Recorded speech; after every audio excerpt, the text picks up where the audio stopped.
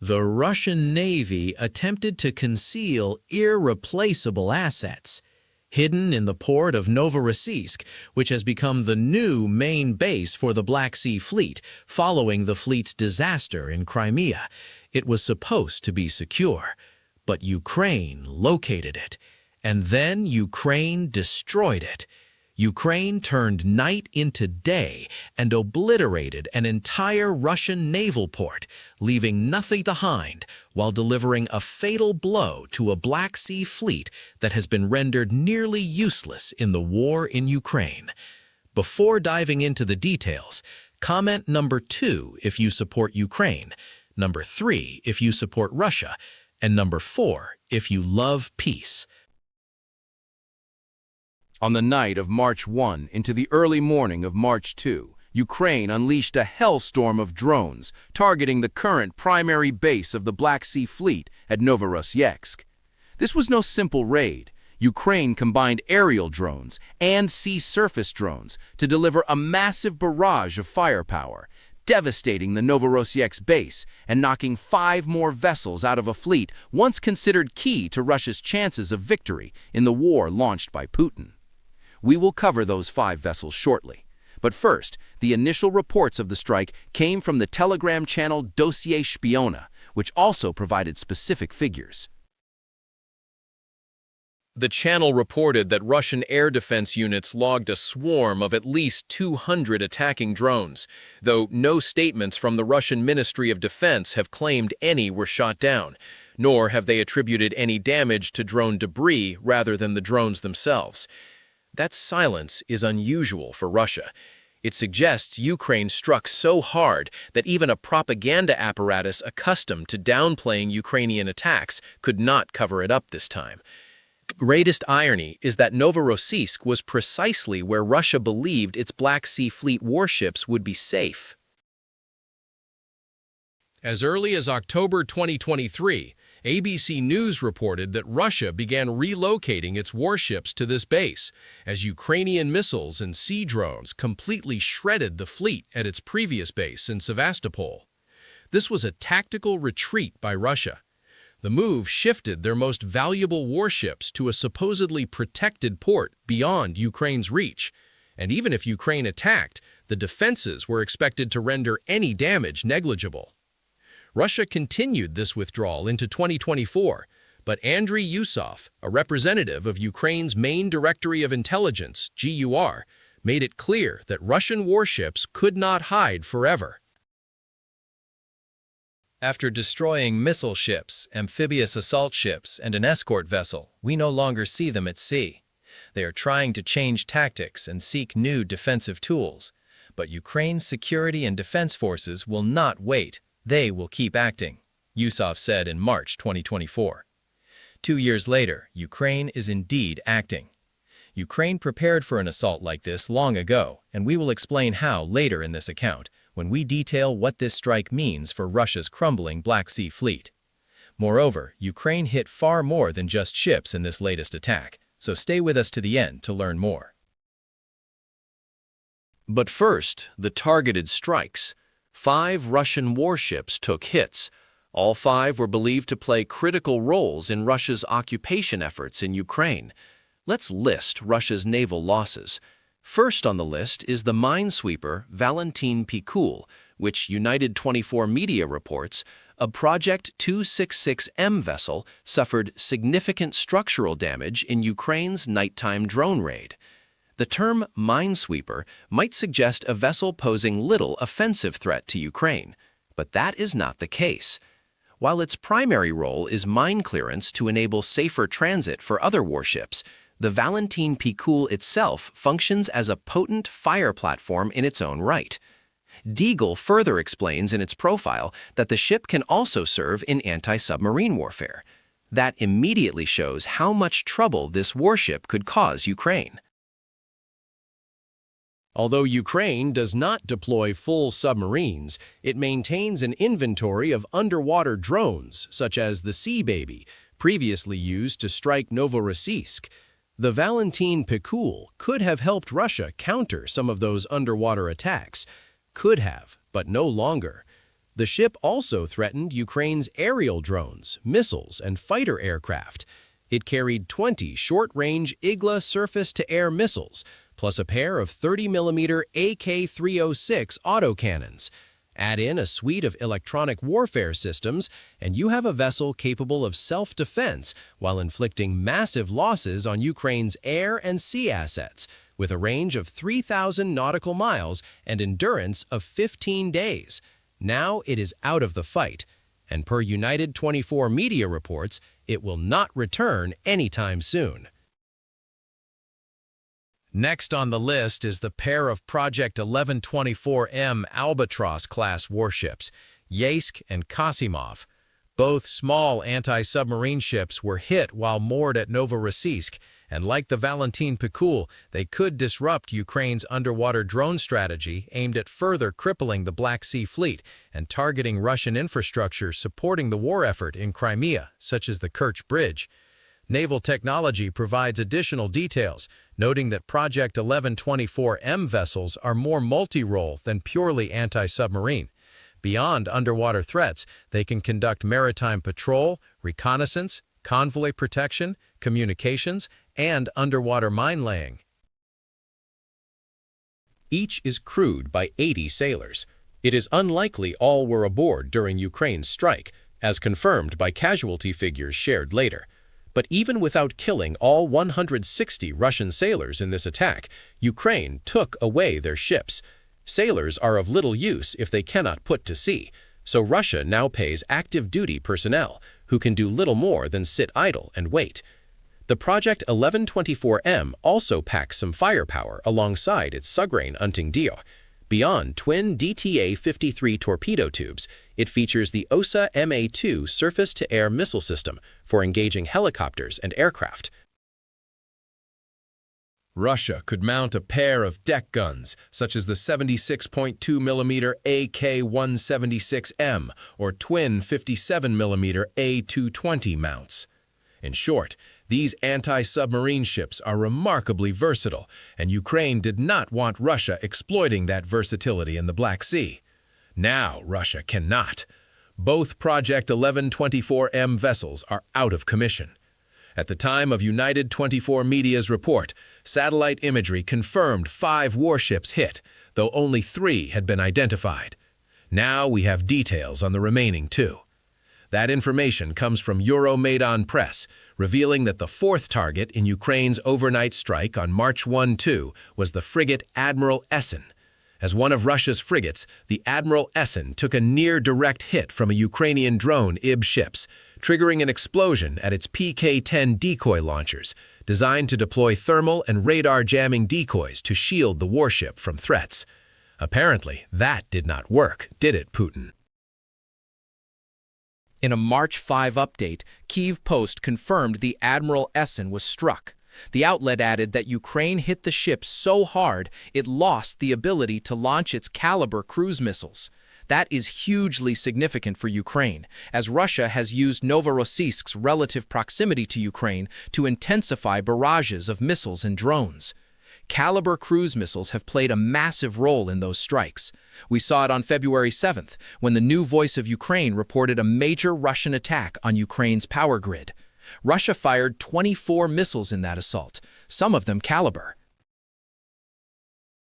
Whether any came from the Admiral Essen, we may never know, but Ukraine just ensured Russia cannot use this frigate to fire any more Kalibr missiles anytime soon. Kyiv Post further reported that Ukraine's drone strike destroyed the Admiral Essen's grenade launchers and damaged its TK-25 electronic warfare system, capable of jamming and detecting radar emissions. That is more big news for Ukraine. Knocking out another EW system means Russia has fewer defenses at Novorossiysk, opening more opportunities for future Ukrainian strikes. Ukraine even crippled part of the frigate's air defense missile guidance, rendering it essentially a sitting duck for Russia now. And that brings us to the 5th and final vessel. Finally, there is the missile boat Molnya, which Euromaidan Press identifies as a Project 1241 warship. Ukrainian drones scored direct hits on the stern. Likely the engine room, main engines, diesel generators, and pair of 30mm AK-630M autocannons the vessel uses for low-altitude air defense against the very drones that struck it. Russia built all its Project 1241 vessels during the Soviet era, completing 80 between 1979 and 1984. That does not mean Russia has a huge reserve ready to replace what Ukraine just destroyed. Naval Encyclopedia notes that most of those 80 were exported to other nations, so Russia just lost a missile boat from an increasingly depleted stockpile. Repeatedly calling the Molnya a missile boat hints at more than just 30mm guns. It can carry shoulder-launched SAN-5 man-pads with 16 missiles each for aircraft and helicopters. These vessels also mount P-270 Moskit anti-ship missiles in twin launchers on deck. So like many other ships Ukraine has wiped out in the March 1 strike, the Molnya is a versatile, if aging, platform that should have outmatched anything Ukraine could bring to the naval fight. Now it is just a smoking hulk among a 5-ship fleet Ukraine hammered with drones. Given its age and the fact Russia no longer produces Project 1241 vessels, there appears little chance of repairs. Adding insult to the fleet-wide injury, United 24 Media reports military analysts observed what they call a dark spot on the pier where the Project 1124 escort ships were moored. That spot could indicate a Ukrainian drone struck the pier itself, or it could mean fire from the strikes on Russian warships spread to the pier, causing further damage. And trust us, there is much more damage still, a great deal more, as we will delve into toward the end. But before we cover everything else Ukraine achieved at a port Russia considered its safest in the Black Sea, let's examine what this latest strike means for Russia. One thing is certain, whatever defenses Novorossiysk had are failing. The entire purpose of relocating the Black Sea Fleet's highest value assets to Novorossiysk was to shield them from Ukrainian missiles and drones. The plan combined extra distance with better air defenses and electronic warfare from some of the relocated warships to prevent attacks like the one we just witnessed. In theory, it made sense. Novorossiysk sits far enough east of the former Sevastopol base, about 300 kilometers, or roughly 186 miles, to matter. Add the distance Ukrainian weapons must cross the Black Sea to reach Sevastopol, and you see how range factors in. For example, the export versions of the Storm Shadow missiles Ukraine used early in the war to gut parts of the Black Sea Fleet have a range of about 250 kilometers, or 155 miles, per BBC. That put much of the Black Sea, and likely Sevastopol, in danger. Novorossiysk, not so much. What Putin and his Kremlin associates failed to calculate was that Ukraine could indigenously develop weapons reaching far deeper than anything available when Russia began retreating to Novorossiysk in 2023. Now, Ukraine fields systems like the Sea Baby, plus aerial drones capable of hundreds or even thousands of kilometers. A target once out of range is now squarely in reach. Ukraine knew what was coming long before Russia did. In fact, Russia never realized it.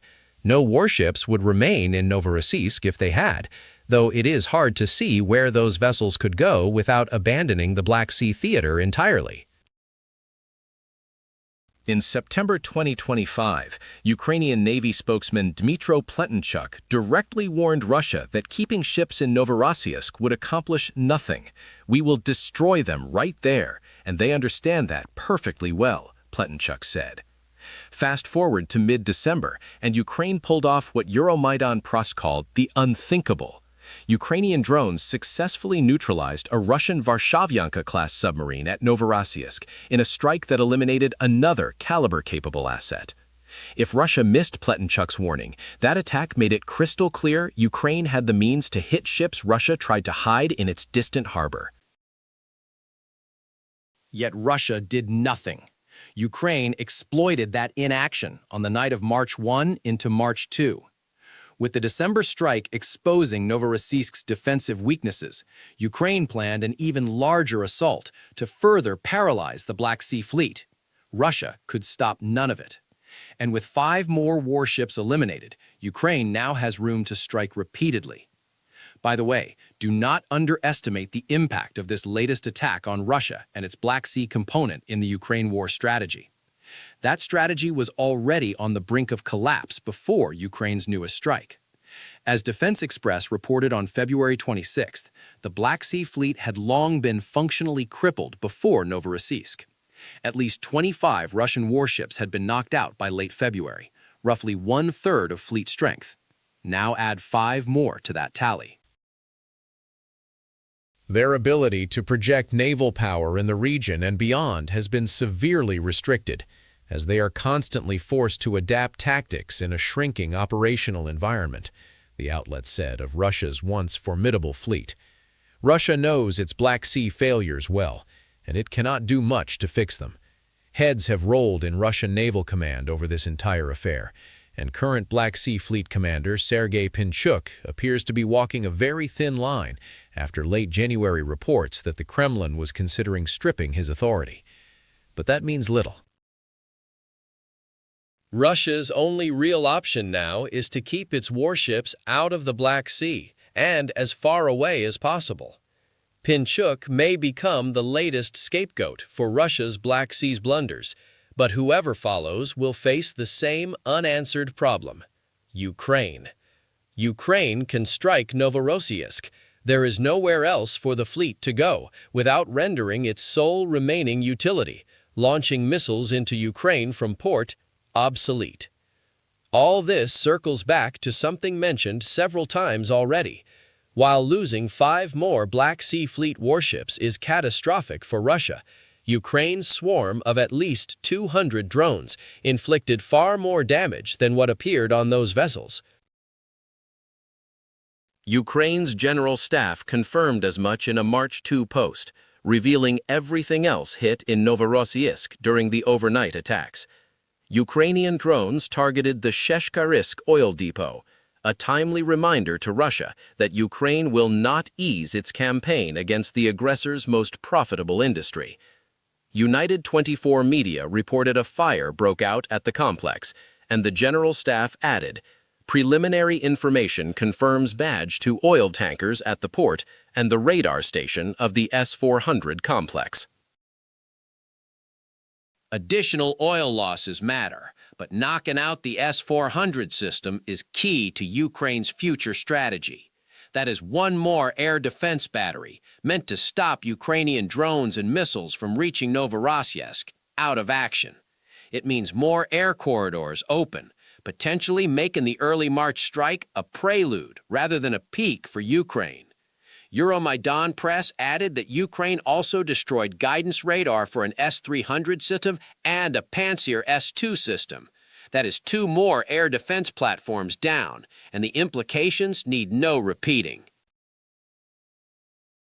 Back to the oil facility, the same outlet reported Ukraine destroyed 6 loading berths at the Sheshkarysk terminal. Those berths handled oil transiting through Crimea and ending up in Ukraine.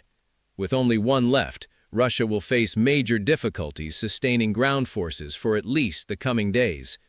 And finally, there were casualties, at least 17. Euromaidan Press reported 3 Russian sailors killed in Ukraine's nighttime attack, with 14 others wounded. These are sailors Russia can no longer use. But with so many warships reduced to smoking wrecks, that was already the case. What we have here is an assault unlike anything Ukraine has executed before. Ukraine has destroyed Black Sea Fleet ships in the past, but never 5 in a single night. They have struck Novorossiysk before, but never with this intensity on March 1st-2nd. This is a strike that will be remembered for years. Comment number 2 if you support Ukraine, number 3 if you support Russia, and number 4 if you love peace.